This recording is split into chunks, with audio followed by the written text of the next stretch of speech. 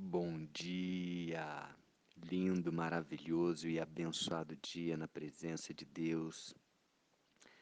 Hoje estamos no dia 377 do projeto Bíblia para Iniciantes e vamos falar sobre uma parábola poderosa e reveladora sobre o reino de Deus. Amém? Lucas capítulo 19, versículos 11 a 27, sobre a parábola das 10 minas. Importante entender que Jesus, ele, ele estava indo para Jerusalém, ele estava sendo seguido por uma multidão de pessoas. Lembra da cura do cego que começou a gritar e a multidão estava seguindo Jesus, e mesmo assim Jesus ouviu o cego e curou o cego. Logo em seguida, ele foi para a casa de Zaqueu, onde ele declarou que houve salvação ali naquela casa, por causa da atitude de Zaqueu. Primeiro, de receber Jesus com alegria. Segundo, de se arrepender dos seus pecados e de compensar e de doar a vida dele, doar metade do que ele tinha e 4 vezes mais aquilo que ele tinha roubado de alguém. Uau! E Jesus falou assim: houve salvação. E Jesus está nesse contexto, saindo da casa de Zaqueu, e ele vira para essas pessoas que estão com ele ali naquele momento. Não se fala aqui, não é claro quem estava acompanhando Jesus nesse momento lá, quem estava na casa de Zaqueu junto com ele, mas provavelmente os discípulos e alguns seguidores e algumas outras pessoas também, talvez algumas pessoas convidadas de Zaqueu estariam ali também. Então, versículo 11 diz o seguinte: ouvindo eles são essas pessoas que eu acabei de me referir aqui, ouvindo eles estas coisas, Jesus propôs uma parábola. E é importante a gente entender que Jesus, toda vez que Jesus usa uma parábola, é porque, às vezes, se ele falasse de uma forma muito clara, não estava na hora, as pessoas não iriam entender, né? E muitas vezes ele até falou de forma clara, e as pessoas questionaram, algumas até o abandonaram, né? Quando ele falou que as pessoas têm de comer da carne dele, da carne, e beber do sangue, né? Muitos abandonaram ele nessa hora. Mas nesse momento ele usou dessa ferramenta, de uma parábola. Tá? E uma parábola muito esclarecedora, muito reveladora, principalmente agora que a gente sabe de tudo que aconteceu, né? Mas para eles, naquele momento, talvez alguns não entenderam perfeitamente. E a parábola é essa. Jesus propôs uma parábola, visto estar perto de Jerusalém e lhes parecer que o reino de Deus havia de manifestar-se imediatamente. Então, essa parábola fala sobre o reino de Deus. Versículo 12. Então disse Jesus: certo homem nobre, tá? E é importante entender que esse homem nobre, ele está se referindo a ele mesmo, tá bom? Ao próprio Jesus.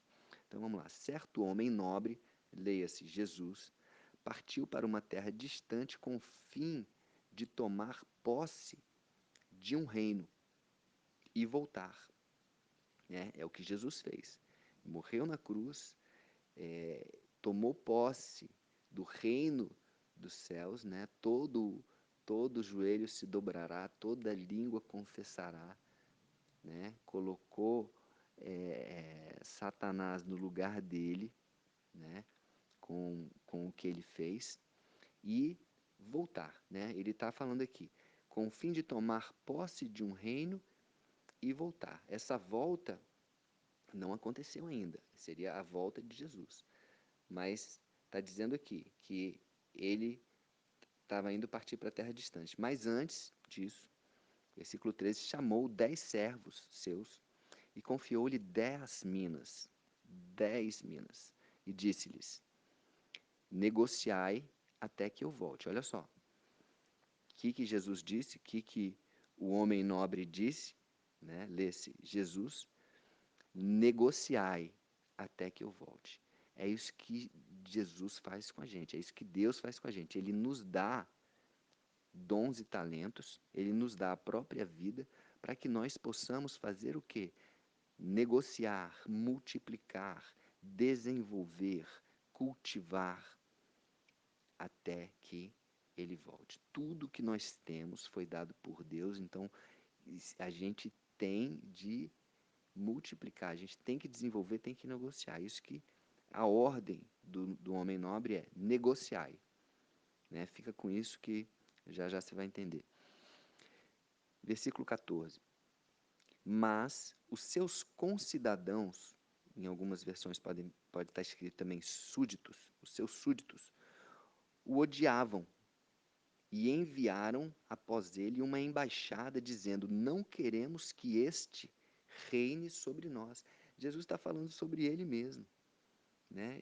E aquelas pessoas, os súditos, que eram quem? Os judeus, né? Até se você adiantar um pouquinho em Lucas capítulo 23, versículo 38, diz que na cruz de Jesus estava ali a placa Rei dos Judeus, né? E ele veio para ser realmente o Rei dos Judeus, mas aquelas pessoas, né, os súditos, os concidadãos, odiaram Jesus, enviaram uma embaixada, enviaram algo para matar, dizendo: não queremos que este reine sobre nós, né? Mas não deu certo. Ele acaba reinando no final das contas, né? E, e aí, agora já, quando ele voltou, versículo 15, que não aconteceu ainda, a gente ainda está nesse tempo e que a gente está esperando a volta, mas vamos aqui entender, porque isso está falando de algo que vai acontecer. E Jesus já está falando aqui, ó, quando ele voltar, quando ele voltou, o que vai acontecer? Depois de haver tomado posse do reino, né, como ele está hoje, no trono à direita de Deus Pai, reinando sobre todos nós, tá?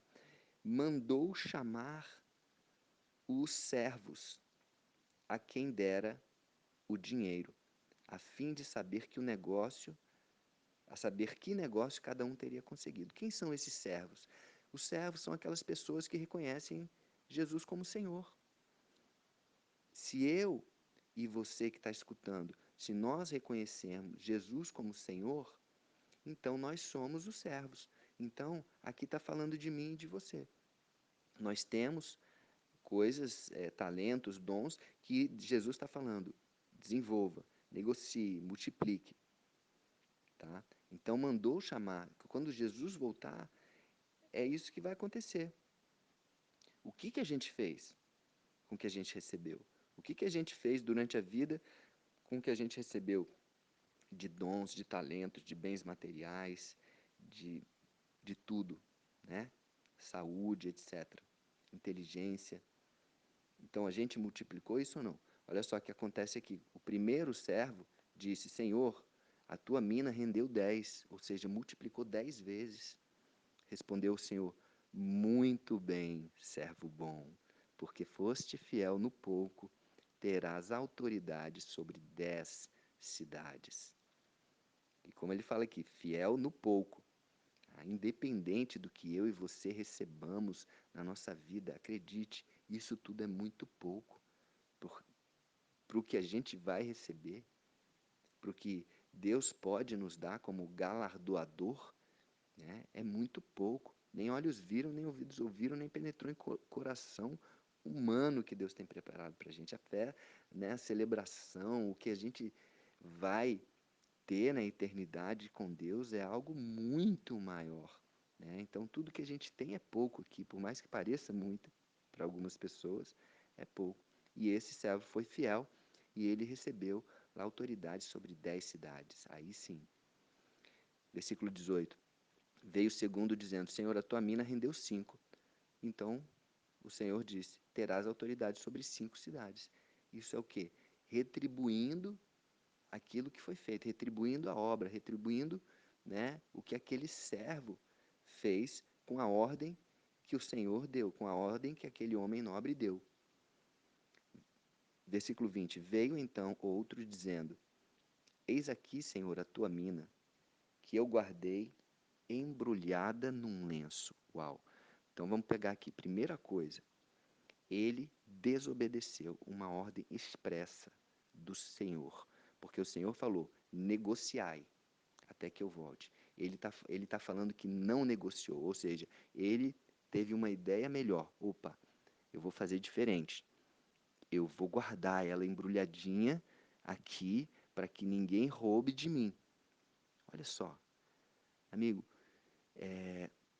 quando eu e você temos uma ideia melhor daquilo que Deus falou isso, Jesus falou isso, mas quer dizer, eu vou fazer diferente porque eu acho que vai ser melhor.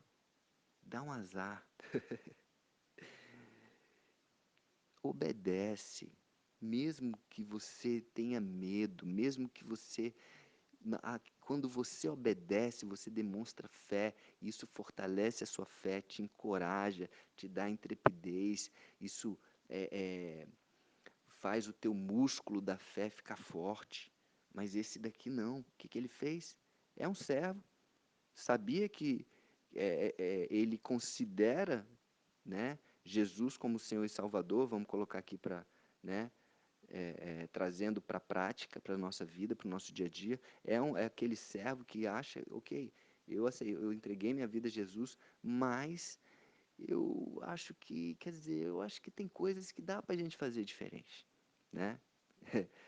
É aquela pessoa que vai para a igreja, que entregou a vida e tal, mas sabe que isso que está escrito na Bíblia aqui, eu acho que eu não vou fazer bem assim, eu vou fazer um pouquinho diferente. Olha só, versículo 21. Esse servo, né, servo mau, pois tive medo de ti, falando de Jesus ou do homem nobre, que és homem rigoroso, tiras o que não puseste e ceifas o que não semeaste. Isso daí é uma crença errada. Eu falei ontem sobre essa questão.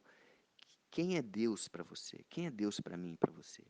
A crença de Deus, ela tem que estar alinhada com quem Deus é verdadeiramente. Esse servo aqui, ele tinha uma crença distorcida do Senhor. Ele achava que o Senhor, ele ceifa o que não semeaste. Olha só que loucura.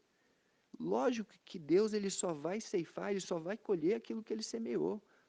E ele dá, inclusive, a semente para que nós semeemos.